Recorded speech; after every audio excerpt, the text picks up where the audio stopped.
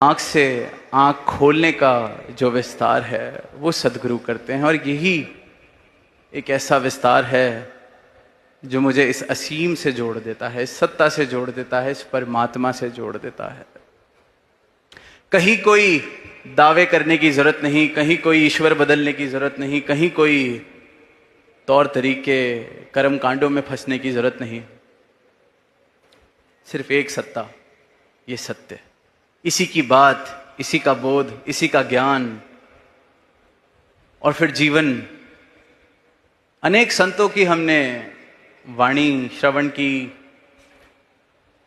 अभंग श्रवण किए, जिक्र सुना, संत तुकाराम जी का, ज्ञानेश्वर जी का, अनेक ऐसे संतों का, कबीर दास जी का हम जिक्र सुनते हैं।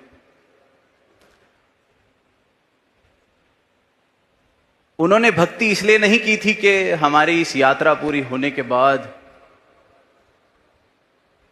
इतने वर्षों बाद हमें कोई याद करेगा, हमारी वाणियां पढ़ी जाएंगी। वो तो अपनी मस्ती में इस प्रभु को प्राप्त करके, जो ये प्रभु गवाता गया वो गाते रहे, जो लिखवाता गया वो लिखते रहे, अपनी मस्ती में चूर। कहीं इस बात का ख्याल नहीं था कि भक्ति इसलिए की जा रही है कि आगे जाके कोई यश प्राप्त किया जाएगा। तो मैं भी परमात्मा से अपना रिश्ता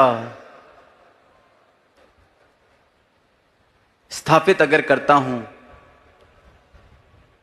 तो उसमें कोई मिलावट, जैसे कल सदगुरु माता जी ने कहा, भक्ति में कोई मिलावट ना हो, सिर्फ प्रेम हो। ये प्रेम का रिश्ता है। ये जो मस्ती इस प्रेम से मुझे मिलती है, ये जो आनंद इस प्रेम से मिलता है, ये सिर्फ इसलिए, ये इसलिए नहीं कि मेरा भी गिनती ऐसे भक्तों की श्रेणी में शायद हो जाएगी, इसलिए मैं गीत लिखता हूं, मैं गीत गाता हूं, मैं शब्दों का उच्चारण करता हूं। जिसे इस परमात्मा का बोध हो गया, जिसे ये परमात्मा, ये सत्य प्राप्त हो गया, वो फिर ऐसी मनोदशा से ऊपर उठ जाता है, क्योंकि उसको इस पल में, इस जीते जीते जीवन में सब कुछ प्राप्त हो गया। और वो फिर जब संदेश देता है मानव को, किसी भी मानव को, वो यही संदेश देता है कि सब मुबारक है, जैसा जीवन जी रहे हो मुबारक है, पर सत्य से परे होकर जितना भी मुबारक जीवन जी लिया जाए वो अधूरा है। अपने इस अधूरे जीवन को पूरा कर लिया जाए, इस पूरे को प्राप्त कर लो। इस